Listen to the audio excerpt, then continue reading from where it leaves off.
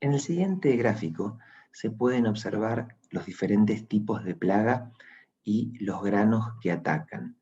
En los diferentes colores tienen los diferentes tipos de plagas según sean primarias internas, externas, secundarias o asociadas.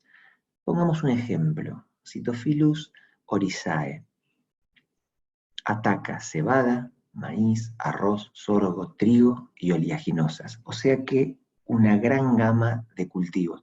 Y como pueden ver, salvo algunas excepciones, la gran mayoría de estas especies tienen lo que denominamos polifagia, o sea, pueden atacar un sinnúmero de granos dentro de lo que sería el silo o el lugar de almacenamiento propiamente dicho. Dentro de los gorgojos, fíjense que Cytophilus granarium es el único que no ataca arroz, no ataca sorgo y no ataca oleaginosas. La gran mayoría de estos insectos son coleópteros y lepidópteros. Marquemos algunas diferencias.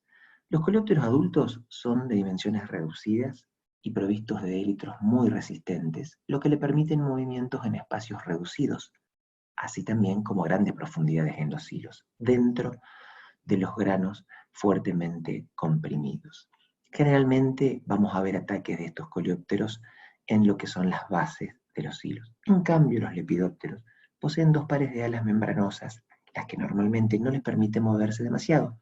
Por lo tanto, el daño van a ver que lo provocan en la superficie de los hilos. ¿Qué características tienen estas plagas de granos almacenados? Fundamentalmente son tres. La número uno, un muy elevado potencial biótico. Esto significa que es muy elevado el número de individuos obtenido en cada reproducción, tienen un gran número de generaciones que permiten formar una población considerable en poco tiempo. Aproximadamente la tasa de crecimiento de la población de generación en generación es alrededor de 5 veces. Veamos un ejemplo práctico. Si tu Cytophilus sea maíz, lo que es el gorgojo del maíz, la hembra pone un número medio de 282 huevos. El porcentaje de huevos cuyos individuos llegan a adultos es del 27% y tiene un número de generaciones por año de 8.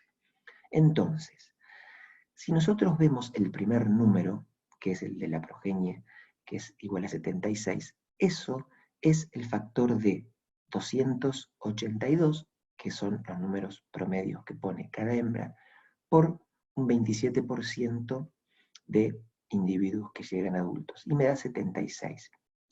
Como de generación en generación se reproducen 5 veces, vamos a ver que la F1 es 380, si a 380 lo multiplico por 5, la F2 es 1900, si a 1900 lo multiplico por 5, la F3 son 9500, y así hasta llegar a la F8, en donde voy a tener una cantidad de individuos igual a 29.687.500 gorgojos. Una reproducción que realmente es exponencial, con un número de individuos lo altamente suficiente como para dañar cualquier almacenamiento de granos. La segunda característica es la que hablábamos anteriormente, la infectación cruzada, que es la capacidad que tienen algunos insectos de infectar el producto en depósitos y en el campo. Muchas veces los granos ya vienen infectados desde el campo antes de almacenarlo, y son generalmente estos insectos que pueden volar y que no tienen sus alas soldadas cuando hablamos de los coleópteros. Por ejemplo, Cytophilus seamai y Cytophilus oryzae. También algunos lepidópteros como Cytotroga cerealera. Hablábamos recientemente de la polifagia.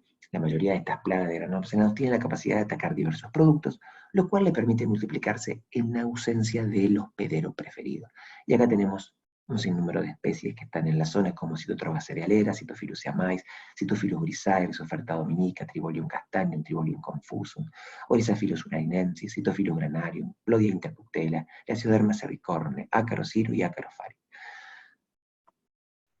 ¿Qué tipos de daños podemos ver que hacen estos insectos? Afectan tanto la cantidad como la calidad, daños que están íntimamente asociados. Daños cuantitativos son caracterizados por la pérdida de peso debido a las galerías que hacen para alimentarse, y los daños cualitativos afectan la calidad del producto debido a la disminución de valor nutritivo de los granos, devalorizando el producto y también disminuyendo el grado de higiene. ¿Por qué? Por la presencia que tienen de insectos, de excrementos, de huevos. Todo esto lleva a la pérdida de calidad de panificación de las harinas. También pueden producir daños directos a las semillas, como la destrucción del embrión, lo que reduce el poder germinativo de las mismas. ¿Cuáles son las condiciones predisponentes para el ataque? Tenemos por un lado humedad, siendo que el rango óptimo va entre 12 y 15%. Temperatura, cuyo rango óptimo es de 25 a 35 grados centígrados. Y con respecto a la luz, son poco exigentes para el desarrollo y la reproducción.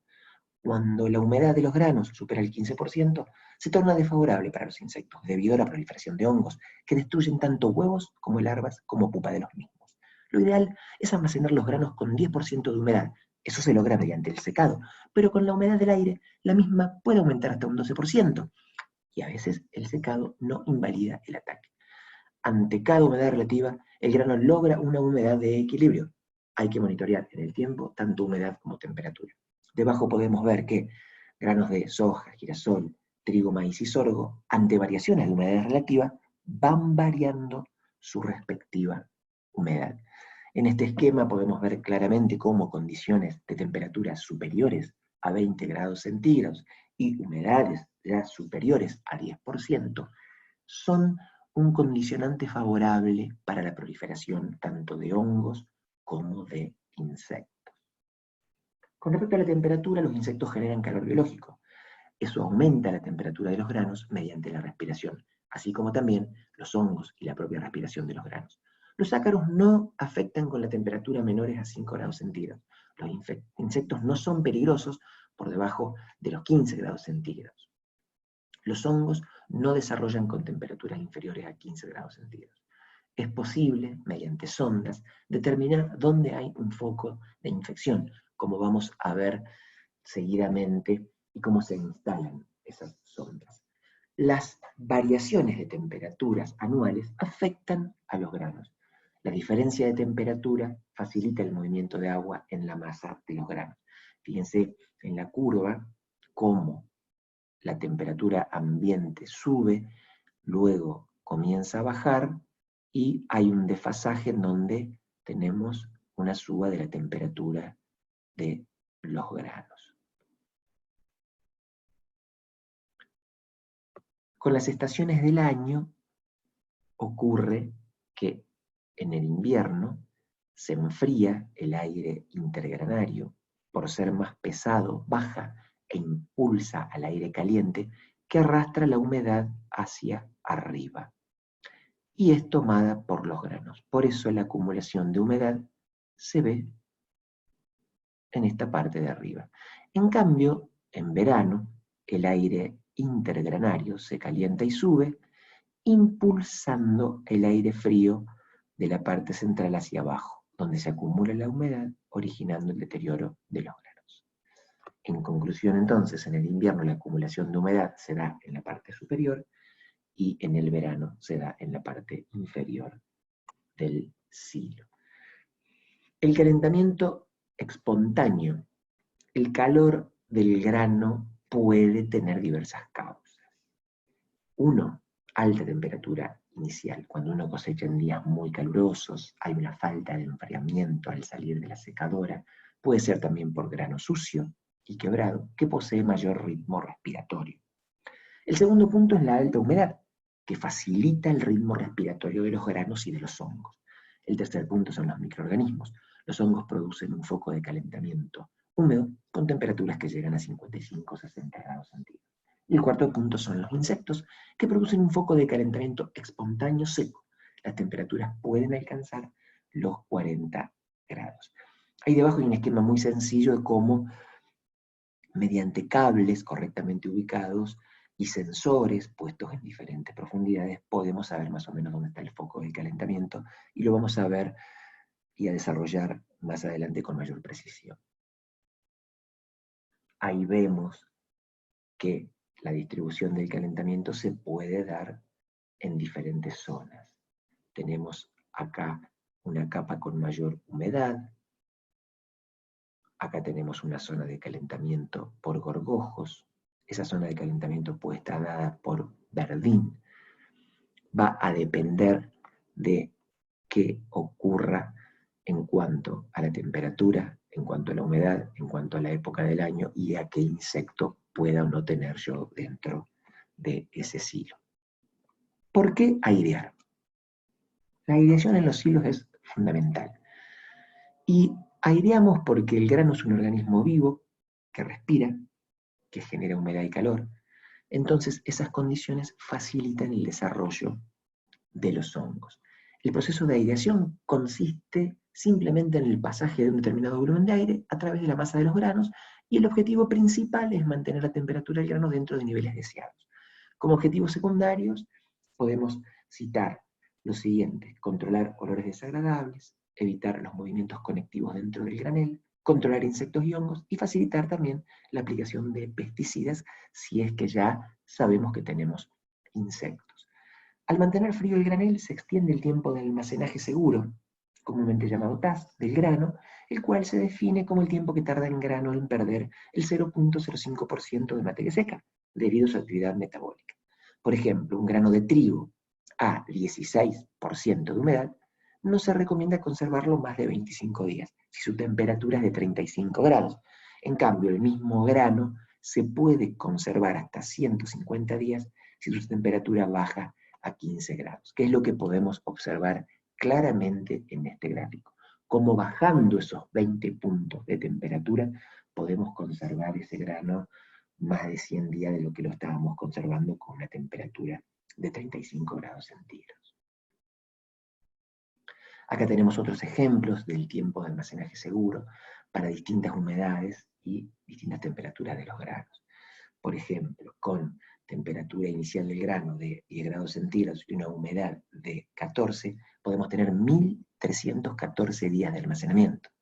Mientras que si mantengo la humedad en 14, pero la temperatura sube a 30, paso de 1314 a 129 días. Si mantengo la temperatura en 10, pero paso a humedad del 20%, reduzco de 1314 a 64 días. Por eso es muy importante tener rangos tanto de temperatura como de humedad lo más bajo posible. La distribución de la humedad en la masa de los granos durante el secado en el silo, con aire natural o baja temperatura, y conformación de la zona de riesgo de descomposición de granos en la parte superior y central del granel. Ahí vemos cómo el flujo de aire siempre va desde abajo hacia arriba. Esto implica que los granos de la capa superior del silo van a permanecer húmedos aproximadamente a la misma humedad a la que fue cosechado durante un largo periodo de tiempo. Esto conforma una zona de riesgo con posibles pérdidas de materia seca y calidad de grano. Esta situación puede ser aún más crítica en regiones de climas cálidos, en donde la temperatura durante la época de secado es elevada, con lo cual aumenta la actividad biológica en la capa superior del silo, porque tenemos mayor respiración del grano, podemos tener hongos e insectos presentes, conformando, como muestra el gráfico, una zona de riesgo en esta parte superior del silo. ¿Cuál es el caudal específico y la potencia requerida, por ejemplo, para un silo de 400 toneladas de maíz? Dimensiones de 6 metros de diámetro y 10 metros de altura. Bueno, ustedes tienen el caudal específico en metros cúbicos de aire por minuto por tonelada de grano y la potencia en HP requerida para ese silo. Si yo quiero enfriar y uniformar temperaturas, si quiero mantener frío el grano húmedo, si quiero secado y enfriado, y si quiero secado con aire natural. Puedo hacer diferentes trabajos, diferentes acciones, y voy a tener que variar tanto el caudal como la potencia. ¿Qué debo hacer con respecto al manejo previo al almacenaje? El mejor y más económico tratamiento contra la plaga seguro que es la prevención. Generalmente el nivel de infectación de insectos plagas a campo es bajo. La gran mayoría de las veces la infectación se produce en el granel, ya sea por insectos que sobrevivieron de las campañas anteriores, por insectos que migran de las inmediaciones de la planta del acopio al silo. Es por ello que previo a almacenar, se debe realizar una exhaustiva limpieza de las instalaciones de almacenaje para eliminar todo residuo de grano o polvo dentro del silo o celda, como conos, conductos, laterales, en toda su altura, espacio entre parante y lateral, todas las chapas, bosca de inspección, etc. Fíjense en la figura de la izquierda presencia de residuos en las inmediaciones de los silos. Todo eso seguramente conlleva a una infectación de insectos que ya estaban previamente instalados en el lugar. Eso no puede existir bajo ningún punto de vista. Tengo que hacer una limpieza exhaustiva del mismo. Y en la foto de la derecha vemos presencia de granos en la boca de inspección. Esos granos seguramente de las campañas anteriores tienen ataques de plaga de granos almacenados también anteriores, en donde seguramente que hay huevos, que hay larvas y que hay pupas preparadas para atacar los nuevos granos que nosotros pongamos en el silo. También es muy importante que en las inmediaciones de los silos no existan potenciales focos de infección, ni granos tirados en el piso, ni carros con restos de grano, por lo que se recomienda mantener el césped corto, eliminar todo residuo de grano de las inmediaciones de las instalaciones. En este sentido, es importante reparar roturas en el sistema de transporte de granos, los que son los caños de descarga, noria, redlers, etc. ¿Para qué? Para facilitar el manejo y la limpieza de las instalaciones. Reparaciones en tubería de transporte de grano del silo, esto es fundamental, tiene que estar todo sellado y cerrado, no nos olvidemos que muchas de estas plagas vuelan y se pueden meter por cualquier rotura, por cualquier intersticio de todos los materiales. Y las bocas de los ventiladores, cuando ese ventilador no esté conectado a la boca para insuflar el aire, debe estar correctamente cerrada, como muestra la figura de la derecha. Esta es una fotografía de una conexión entre un equipo refrigerador y el silo. Podemos ver la boca de refrigeración, el equipo conectado para refrigerar e insuflar aire. Esto es en detalle, y acá vemos que tiene una entrada con un termómetro, ya que se registra la temperatura del aire insuflado al silo. Acá podemos ver la construcción de un silo en donde se están construyendo en la base los ductos de aire en el piso. Estos son silos modernos en donde ya se insufla desde todos los puntos de la base del silo aire a esos granos. Fíjense en este caso la composición atmosférica del almacenaje tanto en oxígeno como en dióxido de carbono. ¿Qué pasa en los silos bolsas, que son muy común de ver en los campos? Los granos se comprimen muchísimo. Entonces, al estar tan comprimidos, se consume el oxígeno, y eso impide el desarrollo de hongos como de insectos. Y es una excelente forma de almacenar granos, por supuesto, por un tiempo menor al que uno lo puede almacenar en una instalación de silo que después es mantenida, pero es una excelente forma de poder almacenar. No obstante ello, si yo tengo condiciones atmosféricas complicadas, si ese silo ha sufrido roturas, sea por granizo, por animales, debo controlarlo y medir también temperatura y humedad para no tener la descomposición de los granos que están dentro del silo. ¿Cómo controlo la aireación? La aireación no es un trabajo de corto tiempo. Se necesitan muchas horas de aireación para cambiar la condición de temperatura del aire intergranular. La temperatura de la masa del grano irá evolucionando a medida que se va realizando esa aireación. Al avanzar la misma, la temperatura de las capas inferiores va a disminuir, pero las capas intermedias y superiores aumentan a medida que se va desplazando el frente fresco de abajo hacia arriba, formando un frente más caliente que va avanzando lentamente hacia arriba hasta salir del grano. Fíjense en la fotografía, problemas de aireación, por ejemplo, material extraño en el centro.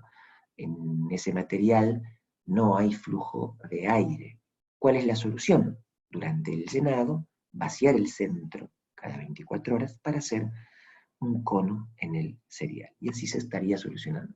Otra solución puede ser distribuir el material extraño. Eso se puede hacer con una centrífuga o se puede hacer mediante la separación por densidad. Otra solución sería que esa distribución del material extraño, como muestra la figura de abajo, se haga con un sistema que usa gravedad. No se tiene, en este caso, separación por densidad.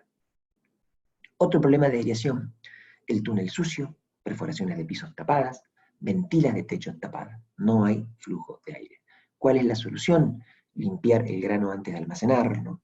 Cada máquina limpiadora difícilmente pueda remover más del 1,5% de las impurezas. Por eso es importante que el grano que viene del campo tampoco tenga tanta impureza, porque no sería muy fácil removerlas a todas. Problemas de aireación, salidas de aire obstruidas, hay que revisarlas, nunca pueden estar esas salidas de aire obstruidas. Solución, limpiar siempre los túneles, los ductos, los pisos y las ventilas de techo antes de llenar el silo. Otro problema común de aireación suele ser el sobrellenado del silo, como muestra el gráfico de arriba. ¿Cuál es la solución? Llenar hasta el nivel recomendado, que es 1 pulgada por debajo del alero. Y así solucionamos ese problema de aireación. Habíamos mencionado el sistema de termometría, ¿sí? Hay un esquema muy sencillo de los cables que cuelgan y cada uno de estos puntos que ven serían los sensores, ubicados a diferentes profundidades. Y acá vemos cómo avanza el frente de aireación siempre desde abajo hacia arriba. Fíjense en un esquema de un complejo de silo, la lectura de termometría fija que componen ese sistema.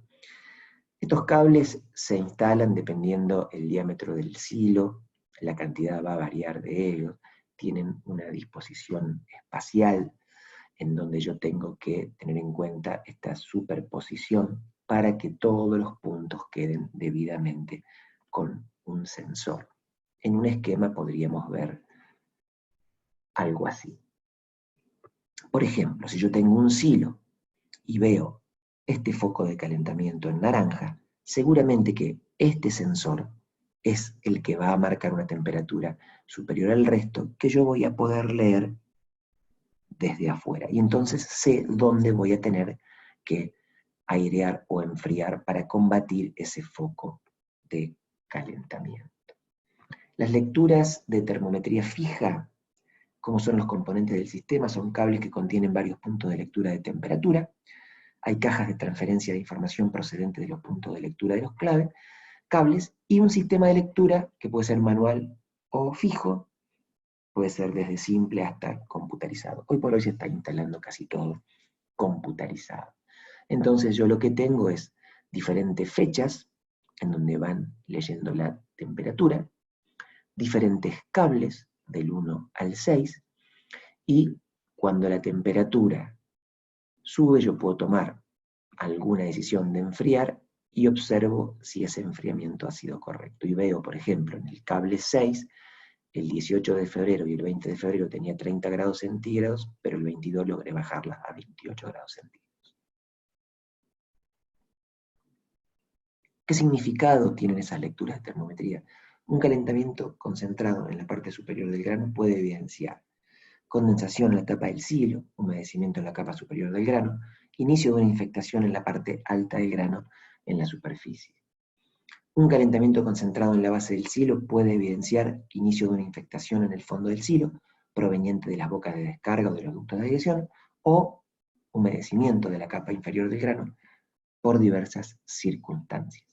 Un calentamiento en el centro del silo puede evidenciar desarrollo de infectaciones que iban con el grano almacenado, concentración de humedad en la parte del grano almacenado o desarrollo de hongos.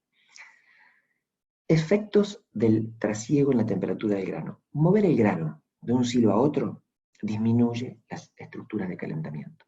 Puede difundir hongos y mezclar los granos que están ocasionando el calentamiento por toda la masa de granos.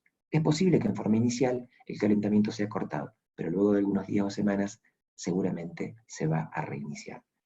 Trasegar en presencia de bajas temperaturas siempre puede ayudar.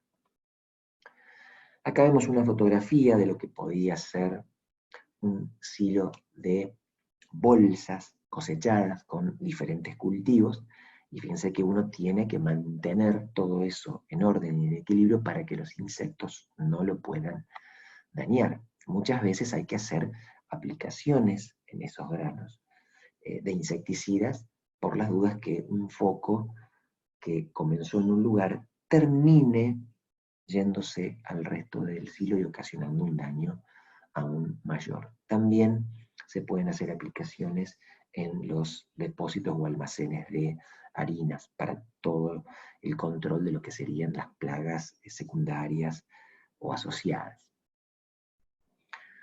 De los tratamientos, tenemos tratamientos curativos y tratamientos preventivos. El curativo es rápido, el control es al momento de la aplicación y controlamos tanto adultos como larvas.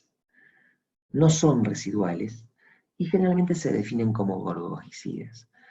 Muchos de estos están prohibidos en la actualidad. Se utilizaban para la carga del camión y evitaban la presencia de insectos vivos. Tratamientos preventivos, previene el ataque y el deterioro de los granos almacenados. Siempre es preferible este tipo de tratamiento en lugar de los curativos, que son fumigantes los curativos. ¿Sí? Muchas veces se hacían con fafuro de aluminio, que es muy peligroso para lo que es la salud humana y para lo que es la capa de ozono. Entonces estos preventivos son mejores, resultan más caros, pero son tratamientos mejores. Y son residuales. Acá tenemos un cuadro de insecticidas no residuales. Muchos de estos, como dijimos, ya no están a la venta y no se usan, como el fosfuro de aluminio, fosfuro de magnesio. De DBP y DBP con piretroides se pueden conseguir todavía.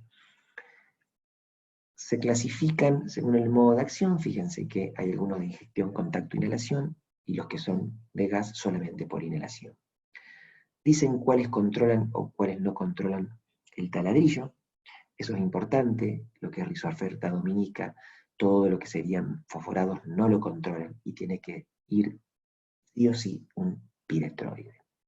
Son todos de alta toxicidad, lamentablemente, y bueno, las observaciones es que los DDP y DDP más piretroides son de un costo más bajo que lo que es fosfuro de aluminio y de magnesio, básicamente por la hermeticidad que hay que darle a estos dos últimos. Y con respecto a los residuales, que son los preventivos, hay muchos principios activos mezclados, ahí lo van a poder tener ustedes y ver a cada uno. Fíjense que hay algunos que son netamente insecticidas, y hay otros que aparte de ser insecticidas también son acaricidas. Con respecto al control de taladrillo, siempre se los va a dar aquel insecticida que tenga en su mezcla piretroides. Y con respecto a la presencia de residuos, fíjense que los dos últimos tienen restricciones, tanto fenitrothión como fenitrothión más deltametrina. Por eso vuelvo a repetir, tenemos muchas herramientas, muchos activos, muchas mezclas de activos. Yo tengo que decidir para qué lo quiero usar, cómo lo voy a usar y si es lo más conveniente hoy por hoy para usarlo.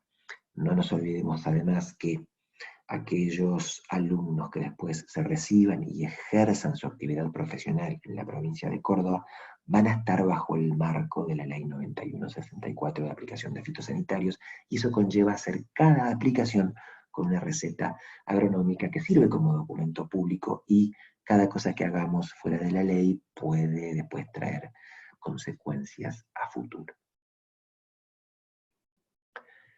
Les dejo, como siempre, la bibliografía para que puedan ampliar, para que puedan expandir lo que más les interese de este tema que hemos dado, y que básicamente los 10 u 11 puntos que enumeramos en la presentación de la clase es lo que queremos que se lleven, y algunas de las cosas que les vamos a estar preguntando en las diferentes evaluaciones.